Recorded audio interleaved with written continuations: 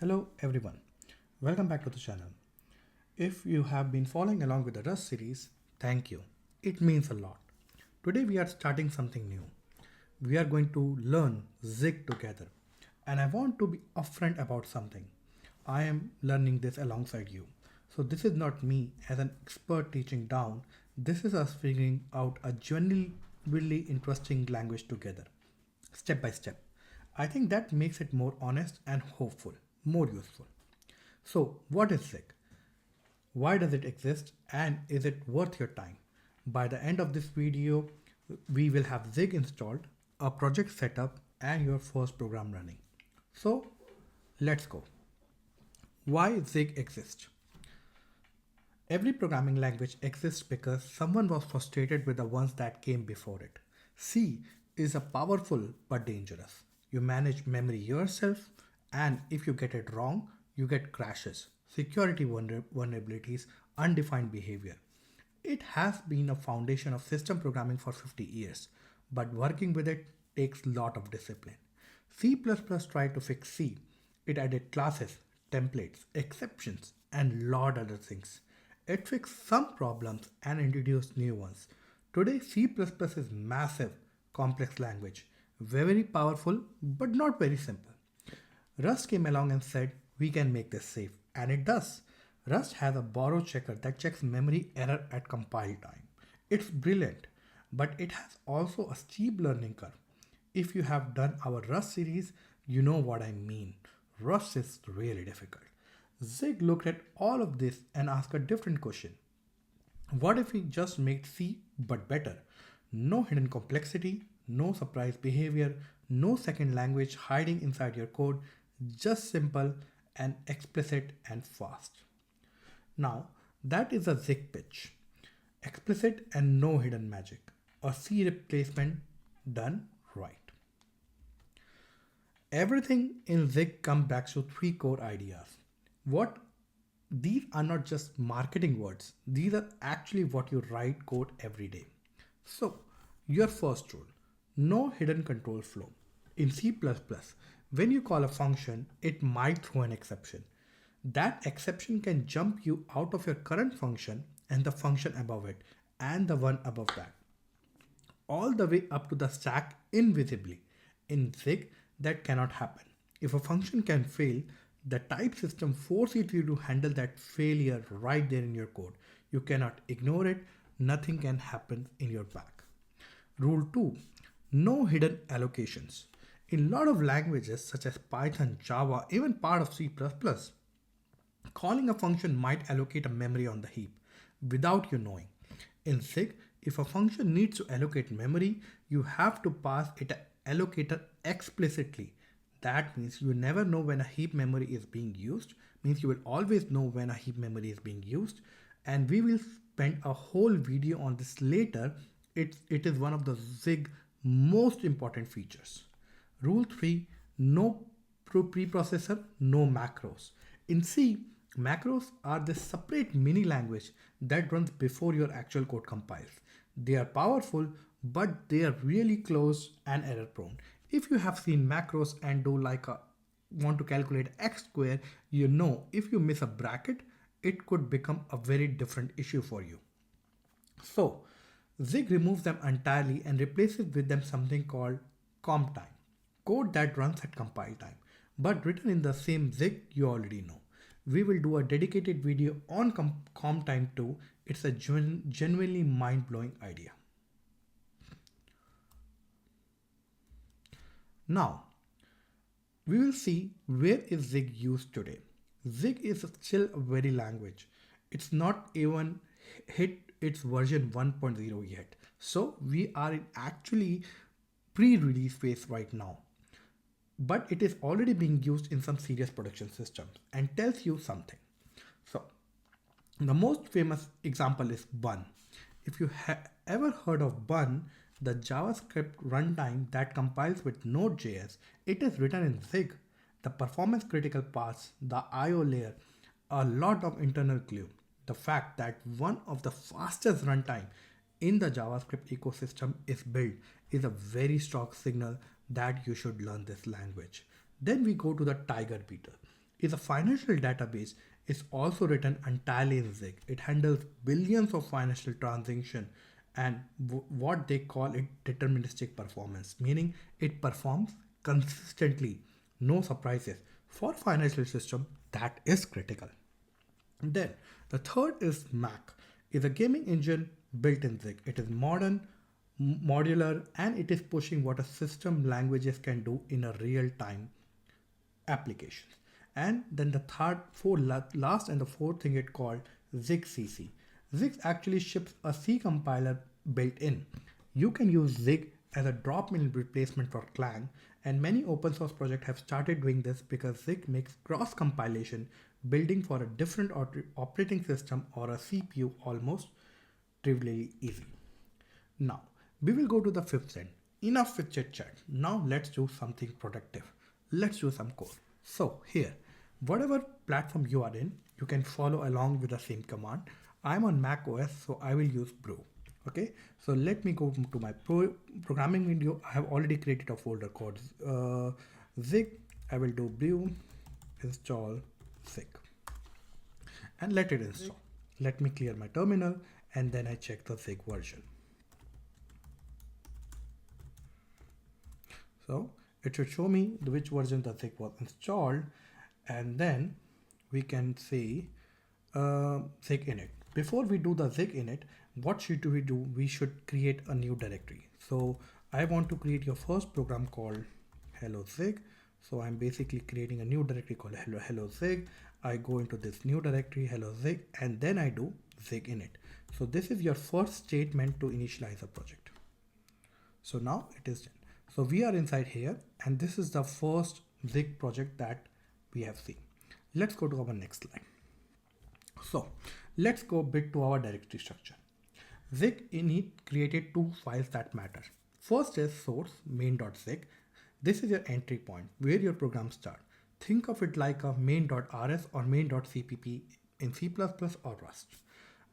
Second is build.zig. This is your build script. What makes Zig interesting here is that build.zig is written in Zig itself. It's not a separate config format like cargo.toml or like a make file. It is a Zig code. We will cover this properly in the video 8 of this series. For now, just think that it exists and you don't need to touch it. There is also a Zig cache folder and a Zig out folder that Zig manages automatically. You do not need to touch these. Now what we will do is that we will switch to our editor and basically understand what this keep along. So let's switch to our editor and open main.zig. So there is a lot of code written here. For the first we will do is that we will see called constant std import like this first line import std. So this imported Zig standard library and binded it to the name std. The import is in built-in function. Those @ symbol in Zig always mean built-in. Think of it like use std in Rust or hash include in C. We need the standard library to print anything. So our target is basically to write the small code which can print hello world or hello Zig. So what we do is here from now is that we delete all the code here because we don't need it to make the program simpler. Otherwise you will be really confused if we go through all of this. Now if what we do is that we write step by step. So the first thing we need to write is pub fn main void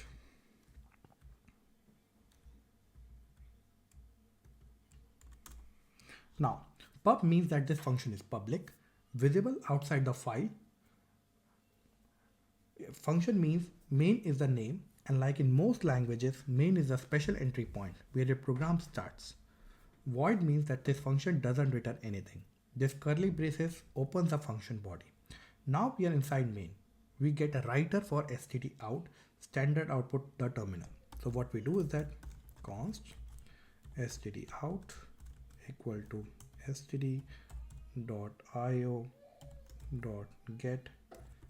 std out and dot void.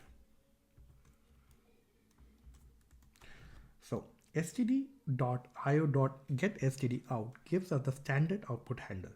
Writer on that gives us a writer object, something we can write text to. We store it in a constant called stdout. Const means that it will not change, and in Zig, most things should be const unless you are explicitly need to change them. Now basically is our print call. So we already have std out with us. What we do is that dot print, we write hello Zig, and basically the slash n, because the slash is important because of the understanding. Let me figure out where my slash is in the MacBook. Should be somewhere here. Okay, we can leave the slash for now. We see basically we put close this out, we put a comma, and we will go to the syntax once we are complete.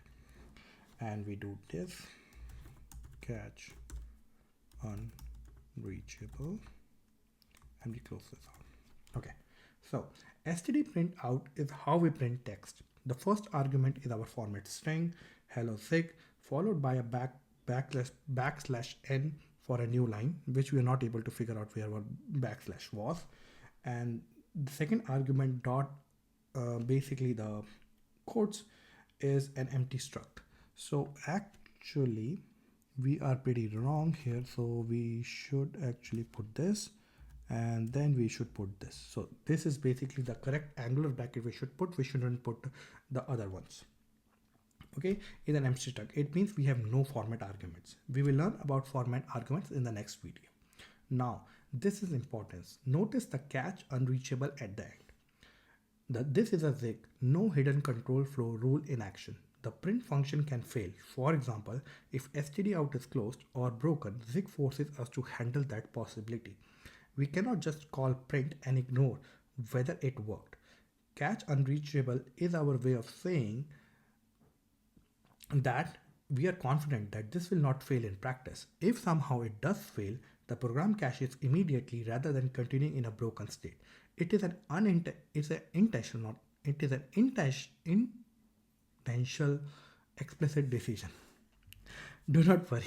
Sorry about that. Do not worry. If this is unfamiliar, error handling in Zig is a whole video on its own. For now, just understand why it is there. Then we basically close the function from the brackets. Now the next step is basically how to run it. There are two ways to run it.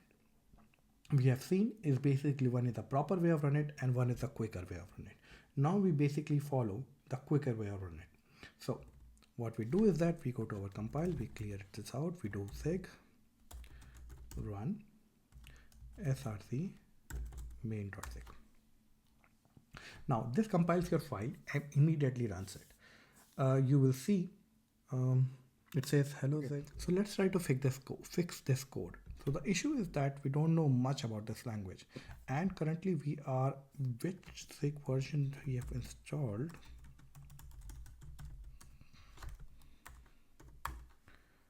So actually it doesn't say. Okay, we don't need to put underscore, we can just write Zig version, and it's 0.16. So that's what I'm saying. Maybe something changed between 0.914 to 0.16 because as this language is currently still developing. So let's put in a very simple way, which we know.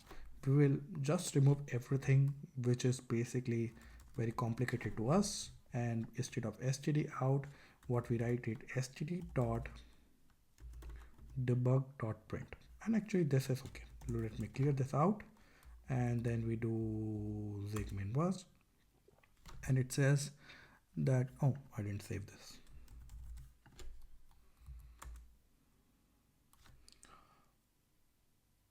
Okay, so you can see hello Zig. So this is one way of doing it. Sorry, we have to make it a bit simpler because as I told you, we don't know many things and things can change between version because the language is still in development. So let's see the other way of doing it. So as I told you, one way of doing it is this, that way it compiles very fast. The other way of doing it is Zig build run.